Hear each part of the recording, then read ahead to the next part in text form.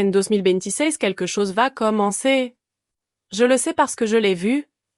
Parce que je suis mort et revenu pour raconter l'histoire. Je vous demande de rester avec moi jusqu'au bout, car ce que je vais dire est la chose la plus importante que j'ai jamais dite.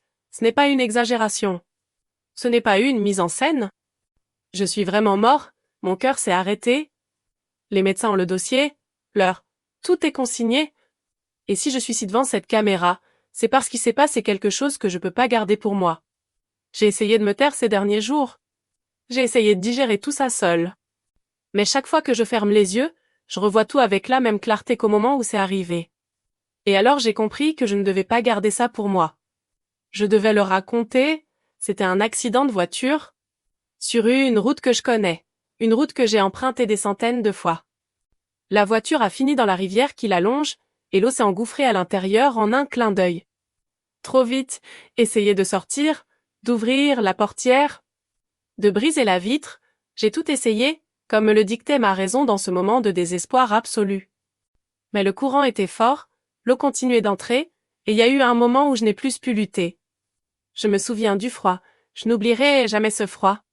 Ce n'était pas seulement le froid de l'eau, c'était un froid intérieur. Comme si mon corps savait avant même que mon esprit ne comprenne que c'était la fin. Et puis j'ai cessé de lutter, non pas par choix. Parce que je n'avais plus rien à faire. Et c'est alors que s'est produite la chose la plus étrange et en même temps la plus réelle que j'ai jamais vécue. J'ai quitté mon corps. Je sais que ça paraît fou. Yeah, size. Croyez-moi, je sais ce que ça donne l'impression d'être fou. Mais j'étais là-haut, regardant en bas, voyant mon propre corps à l'intérieur de cette voiture sous l'eau. Et je ressentais ni douleur, ni peur, rien de ce qui aurait pu être ressenti à ce moment-là. Ce que je ressentais, c'était une clarté absurde. Comme si toute ma vie n'avait été que bruit et que soudain, tout était devenu silence. Un silence qui avait du poids, qui avait une présence, qui avait sa propre température. Puis, je ne regardais plus la rivière. J'étais ailleurs. Et cet endroit est impossible à décrire, car aucun vocabulaire humain ne suffit à le saisir. Ce n'était pas le ciel des tableaux d'église, ce n'était pas l'obscurité. C'était une présence vivante. Une lumière qui ne venait d'aucun point précis, elle était l'essence même du lieu. Et quelqu'un était là. Et, des gens, je savais qui c'était avant même qu'ils ne disent un mot, je l'ai su à l'instant où je l'ai vu. Comme on reconnaît le soleil au premier coup d'œil, sans qu'on ait besoin de nous l'expliquer, je n'avais pas besoin d'explication. Mon corps tout entier l'a reconnu avant même que mon esprit ne le sache. Il a prononcé mon nom, et la façon dont il l'a dit. Je n'avais jamais entendu mon nom prononcé ainsi de ma vie. Comme si c'était la première fois que quelqu'un savait vraiment qui j'étais. Pas l'image que je projette, pas l'idée que les gens se font de moi. Qui je suis vraiment. Puis il a dit quelque chose de simple, de direct, sans détour. Il a dit Ned doit voir quelque chose, pas pour toi. Poor O. Et avant même que je puisse demander qui ils étaient, avant même que je puisse dire quoi que ce soit, tout autour de moi a changé. Et ce qu'il a commencé à me montrer, c'est la raison pour laquelle je suis ici aujourd'hui, devant cette caméra. Parce que ce que j'ai vu, on ne peut pas le porter seul. On ne peut pas faire comme si de rien n'était et reprendre une vie normale. J'ai essayé. Ces derniers jours, après mon séjour à l'hôpital, je suis resté silencieux, cherchant une explication plausible. Je n'en ai pas trouvé, car ce qui m'est arrivé ne rentre pas dans une explication rationnelle, cela ne rentre que dans la vérité. Et la vérité, c'est que Jésus-Christ m'a appelé à revenir. Il m'a demandé d'ouvrir les yeux, de respirer à nouveau, et de raconter ce que j'ai vu. À tous ceux qui ont des oreilles pour entendre. Car ce qui arrive, ce qui m'a montré, dépasse tout ce que nous pouvons imaginer, et le temps presse. Il m'a ensuite emmené dans un hôpital. Pas un hôpital moderne, non. C'était un hôpital du futur. Je le savais sans avoir à le demander, tout comme je savais qu'il était sans qu'on me le présente. Et ce que j'ai vu, la bosse m'a laissé sans voix. Les couloirs étaient bondés d'une manière absurde. Des brancards dans les couloirs, des gens à même le sol, des gens dans les escaliers, des gens partout où il y avait de la place pour un corps. L'éclairage avait cette teinte fluorescente verdâtre et vacillante, et je pouvais vraiment sentir l'odeur. C'était du désinfectant mélangé à quelque chose que le désinfectant ne parvenait pas à masquer complètement. Je suis resté là, à fixer le spectacle, essayant de comprendre l'ampleur de ce qui se trouvait devant moi. Une infirmière nous a dépassés en trombe, son masque était trempé. Elle ne nous a pas vus. Personne nous a vus. Nous étions comme des fantômes dans l'heure à venir, témoins d'un événement qui n'avait pas encore eu lieu, mais qui semblait déjà inévitable. Et Jésus a parlé de cette voix calme qui contrastait avec le chaos ambiant. Il a dit enfin tout commence petit. Un foyer de cas en Asie du Sud-Est. Les médias parleront d'une nouvelle souche de grippe. Ils se tromperont. J'ai vu un jeune médecin, une trentaine d'années sans doute, glisser le long du mur jusqu'à s'asseoir par terre, la tête entre les mains. Il semblait avoir pris 20 ans en une seule garde. Et Jess a dit ce n'est pas comme avant. Ça se propage plus vite, ça tue différemment. Et la réaction sera pire que la maladie elle-même. Alors j'ai demandé. J'ai dit vrai, pourquoi montrez-vous cela quoi? Et il s'est tourné vers moi et a dit quelque chose qui restera gravé dans ma mémoire. Il a dit parce que le problème n'est pas le virus. Le problème, c'est la peur. Et j'avais besoin de quelqu'un de simple pour comprendre cela avant que cela n'arrive. Quelqu'un qui ne compliquerait pas les choses. Quelqu'un qui irait droit au but. Je n'arrêtais pas de penser à tous ceux que j'aime. Ma famille, mes amis. Les gens que je veux protéger. Et la vision continuait. Il ne m'a pas laissé le temps de l'assimiler. Il y avait encore plus à voir. Nous avons traversé des murs comme de la fumée et nous nous sommes retrouvés dans une rue. Cela aurait pu être n'importe quelle ville. Des magasins fermés sortent des vitrines brisées, une file de gens sur le trottoir, attendant quelque chose, de la nourriture ou des médicaments, impossible à dire. Et ce qui m'a brisé le cœur, ce n'était pas la file d'attente. C'étaient les visages des gens qui y attendaient. J'ai déjà vu le désespoir. Tout le monde l'a vu. Mais c'était différent. C'était un désespoir qui avait déjà dépassé le stade des cris et qui était entré dans celui de la simple existence. Comme si ces gens avaient oublié qu'il existait d'autres façons de ressentir. Un véhicule militaire est passé dans la rue, des haut-parleurs sur le toit diffusant des instructions. Les gens dans la file n'ont pas levé la tête. Ils avaient déjà tout entendu. Et c'est alors qu'il a prononcé les mots qui ont tout bouleversé en moi. Il a dit « le virus n'est que le début. Regarde ce qui arrive quand les gens ont suffisamment peur. » J'ai regardé cette rue, ces gens, enfin cette voiture, et j'ai compris ce qu'il voulait dire. C'était pas une question de maladie. Ça n'a jamais été une question de maladie. C'était une question de ce que les gens acceptent quand ils sont terrifiés. C'était une question de choix qui paraissent raisonnables quand la peur remplace la réflexion. Et intérieurement, j'étais à genoux, non pas par faiblesse. Par un profond sentiment d'accablement. Par le poids de ce que je voyais. Puis il m'a dit enfin ce n'est pas tout. Et la vision a de nouveau changé. Ce qui a suivi a été le plus dur à supporter. Ce qui m'a fait m'asseoir par terre dans la salle de bain de l'hôpital. Ce soir-là, après ma sortie, et pleurer pendant 2 heures d'affilée. Parce que ce qu'il m'a montré et ensuite ne concernait pas seulement l'avenir du monde. Il s'agissait d'un choix. Un choix que chaque personne qui écoute ces lignes devra faire, et ce choix, une fois fait, est irrévocable. Il m'a fait entrer dans un bâtiment, on aurait dit un bâtiment gouvernemental. Je ne sais pas pourquoi je le savais, mais je le savais. Il y a une énergie dans ces endroits qu'on reconnaît même sans y avoir jamais mis les pieds. Une longue table, des gens graves assis autour, des documents devant chacun, des écrans avec des chiffres, des cartes et des graphiques. Et le plus troublant, c'était que personne ne paniquait. Personne ne criait. Tout le chaos que j'avais vu à l'hôpital. Toute la souffrance que j'avais vue dans la rue, avait atteint cette pièce, transformée en tableur, transformée en stratégie. Je n'arrêtais pas de les observer, essayant de deviner s'ils étaient mauvais. Et ils ne l'étaient pas. Et c'était ça le plus effrayant. Jésus se tenait à côté de moi, regardant cette table, et dit sans y vont mettre en œuvre la réponse par étapes. La première étape semble tout à fait raisonnable, le dépistage obligatoire. Le contrôle dans les aéroports, aux frontières, dans les bâtiments publics. Il me regarda et ajouta, les gens l'accepteront sans poser de questions, car ils l'ont déjà accepté. Je me disais assis d'accord, je l'accepterai aussi. Et il y avait un exactement. C'est pourquoi on commence par là, non pas que le dépistage soit le problème, mais parce qu'il crée une habitude. Il instaure l'idée que le corps a besoin d'une autorisation pour circuler. Et une fois cette idée ancrée, l'étape suivante devient beaucoup plus facile à faire accepter. Chaque étape semble raisonnable, prise individuellement. Ce n'est que lorsqu'on les met tout ensemble que l'objectif final devient clair. Puis la vision a évolué vers la deuxième étape, le traçage. Le traçage des contacts, c'est ainsi qu'ils allaient l'appeler. La surveillance numérique des déplacements et des interactions. Et c'est là que l'infrastructure se construit. Les gens l'accepteront car elle ressemble à un outil de santé publique. Elle semble temporaire. Elle semble nécessaire. Mais l'infrastructure mise en place pour suivre un virus est la même que celle qui suit tout le reste. Et elle ne disparaît pas avec le virus, elle persiste. Elle se développe. Elle trouve de nouvelles utilisations. J'ai vu cela se produire dans la vision. J'ai vu la technologie se normaliser progressivement. Enregistrement obligatoire partout. Prise de température à l'entrée de chaque établissement. Marquwagens au sol indiquant la distance à respecter.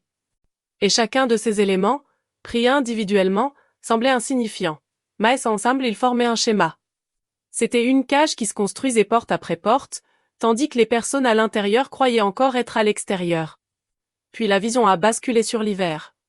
Et j'ai vu la troisième étape. Et c'est celle qui m'a brisé le cœur. Parce que c'était différent de tout ce que j'avais vu, ce n'était pas une restriction. C'était une proposition, une solution.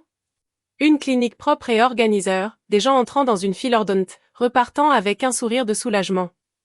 Et Jésus dit quand le virus aura suffisamment touché la population, quand chacun connaîtra quelqu'un qui est mort. Quand la peur aura atteint son paroxysme, alors on présentera la solution, une puce petite, presque invisible. L'implantation prend quelques secondes. Et ils appelleront ça un progrès. Ils appelleront ça une solution. Ils diront qu'elle surveille votre santé en temps réel, confirme votre statut, vous donne accès à tout ce qui vous a été enlevé pendant la crise. Le travail, le commerce, les voyages, la vie normale, tout revient.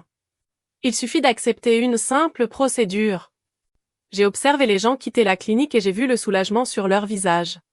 Le soulagement de ceux qui avaient enfin trouvé une issue, et j'ai senti mon estomac se nouer. Car Jésus m'a regardé à ce moment-là et a dit, la puce n'est pas qu'un simple dispositif médical. Une fois implantée, elle fait plus que surveiller.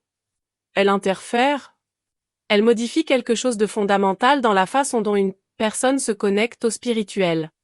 Ces gens qui partaient, le visage soulagé, ne savaient pas ce qu'ils venaient de perdre. On ne pouvait pas le voir de l'extérieur. Mais on pouvait le voir dans leurs yeux, une absence. Comme si une lumière s'était éteinte sans qu'ils s'en rendent compte. Et la distance, c'est pas la marque qui condamne. C'est le choix conscient d'accepter ce qu'elle représente. Et j'ai pensé à l'Apocalypse. J'ai pensé aux passages que j'avais entendus toute ma vie sans vraiment les comprendre. Et pour la première fois, j'ai compris, non pas comme un concept théologique. Comme quelque chose de réel qui se déroulait sous mes yeux. Et puis il m'a montré quelque chose qui me hante encore aujourd'hui. J'ai vu déjà un Desmeliers, avec un vide dans le regard qui n'avait rien à voir avec une maladie physique. Il bougeait, parlait, travaillait, achetait, vendait, tout fonctionnait. Tout paraissait normal. Mais il manquait quelque chose d'essentiel. C'était comme regarder des marionnettes exécuter des mouvements parfaits sans qu'on leur en explique le sens. Et Jésus, voilà le prix de l'acceptation. Pas seulement la liberté de mouvement, pas seulement l'autonomie sur son propre corps. La capacité d'entendre ma voix. De ressentir une conviction.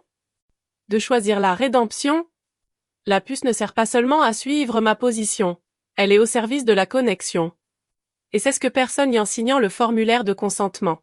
Puis il m'a emmené loin de cet endroit. Loin de ces gens au regard vide. Et je l'ai suivi sans résister, car à ce moment-là, j'avais déjà compris que résister n'avait aucun sens. Chaque endroit où il m'emmenait, je devais le voir, même si c'était douloureux. Même si j'en avais pas envie. Et l'endroit suivant qui est apparu dans ma vision était différent de tout ce que j'avais vu jusque-là. Ce n'était pas le chaos, ce n'était pas un hôpital. Ce n'était pas un bâtiment administratif, c'était une rue ordinaire. Une ville ordinaire. Et ce qui se passait dans cette rue était si normal, si quotidien, qu'il m'a fallu quelques secondes pour comprendre pourquoi il me montrait cela. Une personne essayait d'entrer dans un supermarché. Un sac à la main, une liste de courses, le visage de quelqu'un qui veut juste en finir avec la journée et rentrer chez lui. Et elle ne pouvait pas entrer. Non pas parce que la porte était verrouillée. Parce que le terminal à l'entrée a lu quelque chose sur son poignet a émis un son. Ou un son faible presque imperceptible. Et l'agent de sécurité a secoué la tête. Et cette personne est restée dehors, son sac vide à la main, ne sachant pas trop quoi faire. Et Jésus d'avant voyait ce qui arrive à ceux qui refusent. Je continuais à regarder cette scène et quelque chose en moi s'est brisé. On ne me traînait pas, on ne m'arrêtait pas. Personne ne criait, c'était pire que ça. C'était silencieux. C'était bureaucratique, c'était normal. C'était juste une personne exclue. Si profondément intégrée au système que les autres passaient à côté sans même se rendre compte que quelque chose clochait. Et disaient, voilà comment ça marche. Pas par la violence au début, par des désagréments, par une impossibilité progressive. D'abord, vous ne pouvez plus entrer au supermarché. Ensuite, vous ne pouvez plus accéder à la banque. Ensuite, vous ne pouvez plus payer votre loyer. Ensuite, vous ne pouvez plus exister concrètement au sein du système. Et la pression ne cesse d'augmenter jusqu'à ce que le choix ne ressemble plus à un choix. Il semble être la seule issue logique. Et c'est exactement là qu'ils veulent vous mettre. J'ai demandé, et ceux qui résistent malgré tout? Qu'advient-il d'eux? Et ma perspective a changé. J'ai vu des familles. Non pas en fuite dramatique, ni dans une confrontation digne d'un film.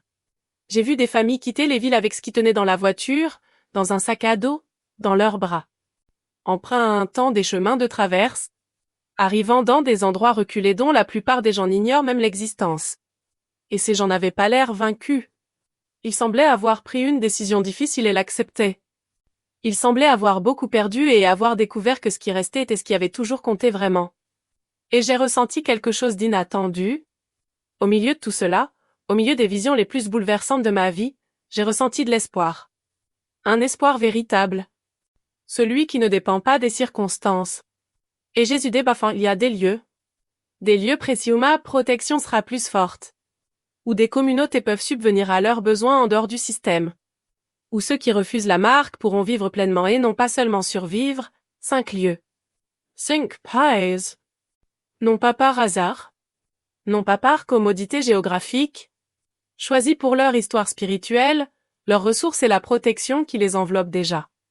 Avant même que je puisse demander lesquels, il me montrait déjà le premier. Et ce premier lieu me surprit. Car ce n'était pas le plus évident. C'était le plus improbable. Et c'est précisément ce qui me fit comprendre que cette vision venait pas de mon imagination. Le premier lieu était les États-Unis. Mais pas les villes. Pas les centres urbains que j'avais vus dans des visions précédentes. Avec leurs files d'attente interminables, leur désespoir et leurs véhicules militaires équipés de haut-parleurs. Les régions intérieures.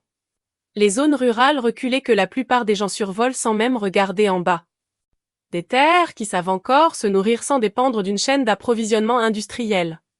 Des communautés qui savent encore vivre sans avoir besoin d'une autorisation numérique pour exister. Et Jésus a dit en bas, les États-Unis possèdent quelque chose que peu de pays ont. Ils ont une tradition de résistance inscrite dans leur ADN. Il y a là boss des gens qui se préparent depuis des années sans savoir exactement à quoi ils se préparaient. Et lorsque le système se durcira, ces gens comprendront enfin le sens de tout ce qu'ils ont construit. Et j'ai vu ces communautés rurales accueillir des familles arrivant des villes, leur faire une place. Partager ce qu'elles avaient. Et il y avait une dignité dans cet accueil qui m'a profondément émue, puis la France est apparue. J'ai failli vous demander si vous en étiez sûr. Car la France que je connaissais, c'était l'Europe, le système, un gouvernement fort, tout ce qui semblait être l'antithèse du refuge. Et il a dit, et ce n'est pas la France des cartes postales, c'est la France de l'intérieur profond, les régions rurales que Paris a oubliées. Des communautés ancestrales aux racines profondes, qui ont survécu aux guerres, aux occupations, à des siècles de persécutions. Il y a un héritage spirituel enfoui dans cette terre, qui se réveillera lorsque la pression se fera sentir. Et j'ai vu dans la vision de petits villages, de vieilles églises de pierre aux murs imprégnés de siècles de prières. Des gens qui avaient appris à se méfier du pouvoir centralisé. Car leur histoire familiale était celle de la survie malgré ce pouvoir. Et Jasso, dites la foi qui a résisté à la guillotine résistera à l'épreuve. Et ces mots m'ont marqué d'une façon que je saurais expliquer, et la vision continua de se déplacer. Après les États-Unis et la France, il me montra un troisième lieu. Et cette fois je l'ai reconnu avant même qu'il parle. Car il y avait dans ces paysages quelque chose de familier, même si je n'y avais jamais mis les pieds. C'était le Mexique, mais pas le Mexique des médias. Pas le Mexique des grandes villes. Du trafic de droguettes, tout ce qui vient à l'esprit des gens lorsqu'ils entendent ce nom, c'était le Mexique profond. Le Mexique des communautés indigènes des montagnes d'Oaxaca et du Chiapas.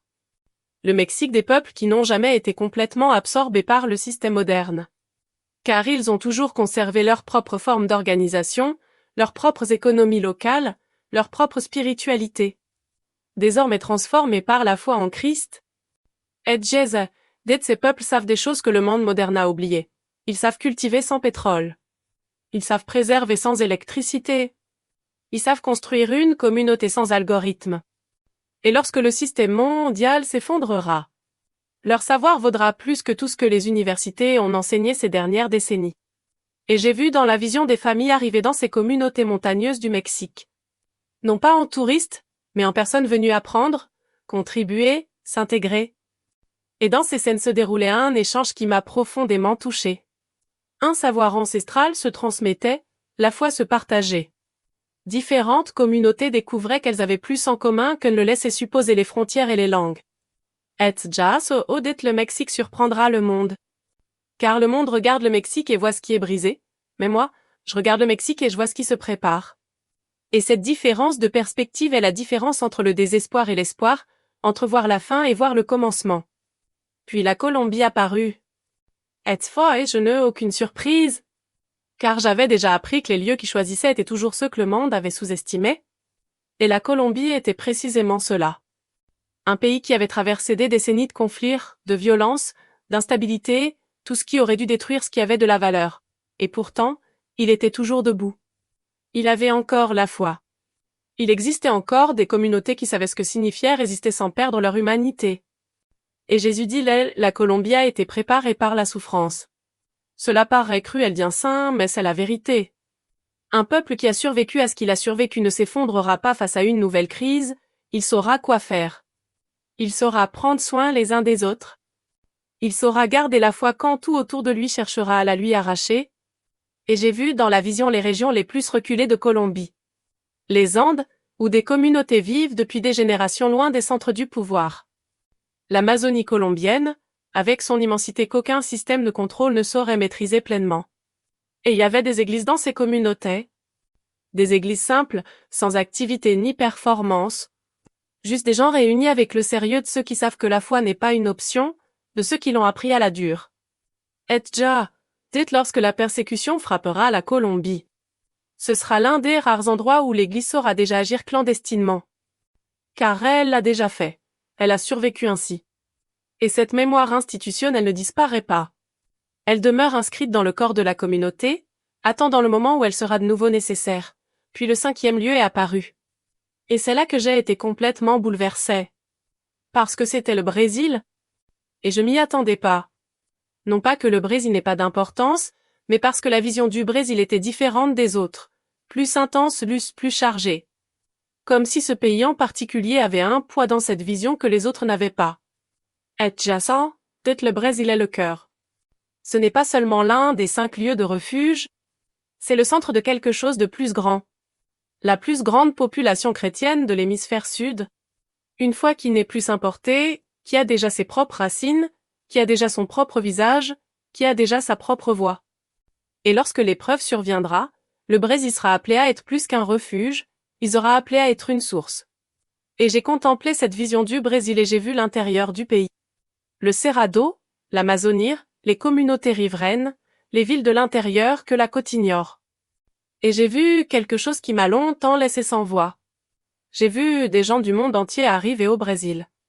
Non pas comme des immigrants en quête d'une vie meilleure sur le plan économique, mais comme des pèlerins cherchant un lieu où la foi respirait encore librement. Des gens qui avaient tout perdu dans leur pays d'origine et qui avaient entendu dire qu'il existait. Dans l'hémisphère sud, un lieu où la protection spirituelle était encore intacte. Et le Brésil accueillait ces gens, non sans difficulté. Non sans tension, mais il les accueillait. Et Jasso, j'ai toujours eu un dessein particulier pour ce pays. Un dessein qui dépasse tout ce que n'importe quel mouvement religieux humain peut concevoir ou accomplir. Et ce qui va arriver révélera ce dessein d'une manière que personne ne pourra ignorer. Et j'ai contemplé cette vision du Brésil, le cœur battant la chamade, car j'ai compris que c'était pas un hasard si je voyais cela. C'était pas un hasard si cela m'était montré. Et ce n'est pas un hasard si j'étais ici, devant cette caméra, à raconter cette histoire. Et après qu'il eut fini de me montrer les 5 pays, La vision ne s'arrêta pas. Je pensais qu'elle allait s'arrêter. Je pensais que c'était la fin de ce qu'il avait à me montrer. Mais non, car il se tourna vers moi. Il y a une dernière chose que tu dois comprendre avant que je te renvoie. Et sa façon de le dire, ce ton calme et direct que j'avais déjà appris à reconnaître comme un signe que ce qui allait suivre serait difficile, me coupa le souffle. Et il dit l'emplacement est utile, mais ce n'est pas le salut. Et j'ai besoin d'un instant pour assimiler cela. Car tout ce que j'avais vu, Josclo m'avait fait croire qu'arriver dans l'un des 5 pays était la solution. C'était le plan, quoi, c'était ce qu'il fallait faire. Et il était en train de me dire que j'en avais compris que la moitié. Il dit j'ai déjà soutenu mon peuple en territoire ennemi. Puis il commença à me montrer des images. Non pas du futur cette fois, mais tout passe. Des Israélites en Égypte, marqués du sang d'agneau tandis que la mort s'abattait sur leur maison. Daniel à Babylone, dans un empire qui n'était pas le sien. Conservant sa foi avec une constance qui ne dépendait pas des circonstances favorables. Des chrétiens dans les catacombes romaines, réunis sous terre pour prier, tandis qu'au-dessus d'eux, l'Empire s'efforce et d'effacer toute trace du nom de Jésus. Des croyants dans les goulags soviétiques, s'accrochant au Christ quand tout leur avait été enlevé, quand il ne leur restait plus que la foi. Et chacune de ces images avait le même poids. Le même message, la même vérité qu'il essayait de me faire comprendre une fois pour toutes. Il a dit ma protection dépend de la foi, non de la géographie. Et j'ai compris à cet instant que ces 5 paix n'étaient pas une liste de lieux magiques où rien de mal ne pouvait arriver. C'étaient des lieux où la protection spirituelle était plus forte. Car la foi des communautés qui s'y formeraient serait plus forte. La protection ne résidait pas dans la terre, mais dans le peuple. Elle résidait dans la volonté de résister, dans la décision de ne jamais céder, quel qu'en soit le prix. Ajoute certains survivront grâce à une intervention divine au cœur des ténèbres. D'autres scelleront leur témoignage par leur sang. Et les 2 chemins mènent à moi. Les 2 chemins ont la même valeur à mes yeux. Et j'ai pensé à tous les martyrs de l'histoire, à tous ceux qui ont choisi de mourir plutôt que de renier. Et pour la première fois de ma vie, j'ai compris ce choix non comme un héroïsme abstrait, mais comme une possibilité réelle et concrète qui s'offrait à toute une génération. Puis il m'a montré quelque chose que je m'attendais pas à voir à ce moment précis de la vision. Il m'a montré l'Église. Non pas une confession particulière, ni un style de culte ou une tradition théologique. Mais l'Église comme un corps, comme un organisme vivant. Et ce que j'ai vu m'a empli à la fois de honte et d'espoir. De honte, car j'ai vu ce que l'Église était devenue en de nombreux endroits, des programmes. De la production, une concurrence entre les ministères. Des débats théologiques alors que des gens mouraient de faim spirituelle à l'extérieur. Le confort vendu comme la foi, la prospérité prêchée comme une promesse. Et d'espoir, car j'ai vu ce que la tribulation ferait à tout cela. J'ai vu le feu consumer tout ce qui était superficiel et c'est que l'essentiel. Et ce qui restait après le feu était quelque chose qui m'a fait pleurer sur le champ, dans la vision, car ce qui restait était simple. C'était des gens réunis non par programme ou par mise en scène, mais par un besoin réel, par un amour véritable, par une foi authentique, éprouvée et ayant résisté à l'épreuve.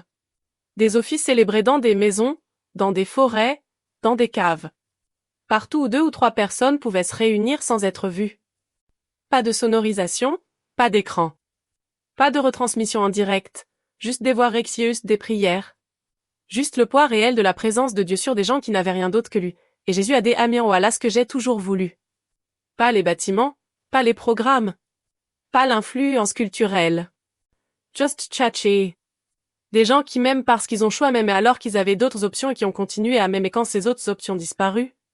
Et j'ai repensé à toutes ces fois où j'étais allée à l'église par habitude, par convention, par obligation sociale.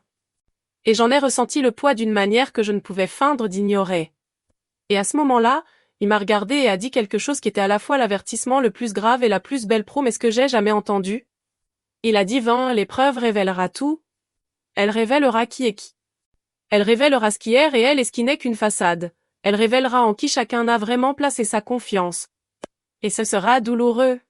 Ce sera une douleur qu'on ne peut ni apaiser avec des médicaments. Ni fuir par la distraction, ni exprimer sur les réseaux sociaux pour obtenir du soutien. Mais au-delà de cette révélation se trouvera ce que l'humanité a connu de plus pur et de plus authentique depuis les premiers siècles de la foi. Et je veux que tu t'appropries cela. Pas seulement les pays, pas seulement le calendrier. Pas seulement les avertissements, emporte cela aussi. Emporte l'espoir. Car quiconque entendra tes paroles aura besoin des deux. Il aura besoin de savoir ce qui arrive. Et il aura besoin de savoir que cela vaut la peine de résister. Et puis il a dit maintenant, je vais te montrer la fin. Et je veux être honnête avec toi, parce que je pense que tu mérites une honnêteté totale. Quand il a dit ça, j'ai eu peur. Après tout ce que j'avais vu, après l'hôpital, après les rues, apa est-ce la peau après ces gens aux yeux vides, apa, est-ce tout haut? Je pensais être incapable d'avoir peur. Mais quand il a dit qu'il allait me montrer la fin, quelque chose en moi s'est crispé. Parce que fin est un mot qui a un poids qu'aucun autre ne peut avoir, et il l'a remarqué. Il remarquait toujours tout avant même que je ne l'exprime. Et il a dit, ouais, n'aie pas peur de ce que tu vas voir. La fin n'est pas ce que tu imagines. Alors j'ai pris une grande inspiration. Ou du moins j'ai fait l'équivalent à cet endroit où j'étais, et j'ai dit sans faire je suis prêt. Et ce qui m'a montré n'était pas la destruction. Ce n'était pas une apocalypse cinématographique avec des villes en flammes, un ciel rouge et toutes ces images que la culture populaire associe au mot fin des temps. C'était quelque chose de complètement différent. C'était à un instant. Un seul instant. Comme si tout le temps, toute l'histoire de l'humanité depuis le commencement jusqu'à ce moment précis, n'avait été qu'une préparation à cet instant unique. Et cet instant, c'était celui-ci, le ciel s'ouvrant. Pas métaphoriquement, littéralement. Comme un tissu déchiré par des mains qui, longtemps restés de l'autre côté, attendaient le moment propice. Et de l'autre côté de cette déchirure, il y avait une lumière qui faisait paraître la lumière du lieu où j'avais rencontré Jésus comme une simple bougie près du soleil. Et il y avait un son qui n'était pas fait d'ondes sonores. Il était fait de quelque chose qui n'a pas de nom dans aucune langue humaine. Et tous les habitants de la terre l'ont entendu au même moment. Et j'ai vu ce qui est arrivé aux gens dans les 5 P. Aux communautés qui avaient résisté. Aux familles qui avaient refusé la marque. À ceux qui avaient tout perdu et qui avaient découvert que tout perdre quand on a la foi n'est pas la même chose que tout. Perdre quand on n'y a pas. J'ai vu ces gens lever les yeux vers le ciel au moment où il s'est ouvert. Et ce que j'ai vu sur leur visage était la plus belle chose que mes yeux aient jamais vue. Ce n'était pas du soulagement. Le soulagement, c'est quand quelque chose de mal cesse. Ce que j'ai vu sur ces visages, c'était l'accomplissement. C'était l'expression de ceux qui avaient passé leur vie entière à croire en quelque chose de plus grand que tout ce que le monde offrait et qui voyaient enfin cette chose se révéler dans toute sa vérité. C'était la reconnaissance, c'était l'arrivée, c'était le foyer. Et Jay, ça soit de chaque sacrifice en vaudra la peine. Tout ce qui a été laissé derrière prendra tout son sens à cet instant. Chaque nuit où la foi semblait insuffisante, chaque moment où la pression était trop forte et où l'on résistait malgré tout, chaque petit choix de continuer à croire malgré l'absence de preuves visibles. Tout cela sera présent à cet instant comme un poids de gloire. Non pas comme un souvenir lointain, mais comme une réalité immédiate, comme une partie intégrante de la célébration. Et j'ai pensé à tous ceux qui, en entendant mes paroles, me prendraient pour un fou, qu'ils penseraient que j'avais eu un accident et que j'avais inventé une histoire. Rocambole-est-ce pour donner un sens à ce traumatisme? Et je voulais m'adresser directement à ces personnes, à cet instant précis. Je voulais leur dire, je comprends. Je comprendrais aussi si je n'avais pas vécu ce que j'ai vécu. Et comme s'ils savaient exactement ce que je pensais, car ils le savaient toujours, Jésus dit d'ailleurs, eux qui douteront de vous ne sont pas vos ennemis. Ce sont des gens qui ont peur. Et la peur est l'état naturel de ceux qui n'ont pas encore décidé à qui faire confiance. Ne discutez pas avec eux. N'essayez pas de les convaincre par la force des arguments.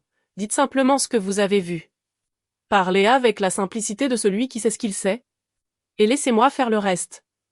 Car la graine que vous semez aujourd'hui germera dès que les circonstances rendront impossible de continuer à faire comme si de rien n'était.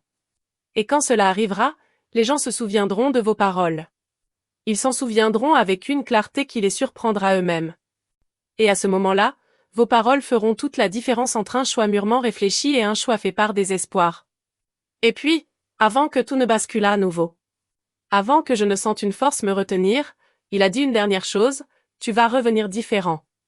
Ce sera difficile de retrouver ta forme d'avant. Tes vieux vêtements ne tireront plus, non pas parce que tu as changé de taille, mais parce que tu as changé de corps. Et les gens autour de toi le remarqueront. Certains s'approcheront, cherchant à comprendre. D'autres prendront leur distance sans pouvoir expliquer pourquoi. Et tu devras apprendre à mener à bien ta mission sans te laisser consumer par elle, parce que tu es humain. Et les humains ont besoin de repos? Et comme out. De gens qui les aiment non pas pour ce qu'ils portent, mais pour ce qu'ils sont. N'abandonne pas cela. La mission ne te demande pas de te détruire pour l'accomplir. Elle te demande de rester suffisamment entier pour continuer à dire ce qui doit être dit, aussi longtemps que nécessaire. Et puis je suis revenu à moi. Ce n'était pas progressif. Ce n'était pas doux. C'était comme recevoir un coup de poing en plein cœur.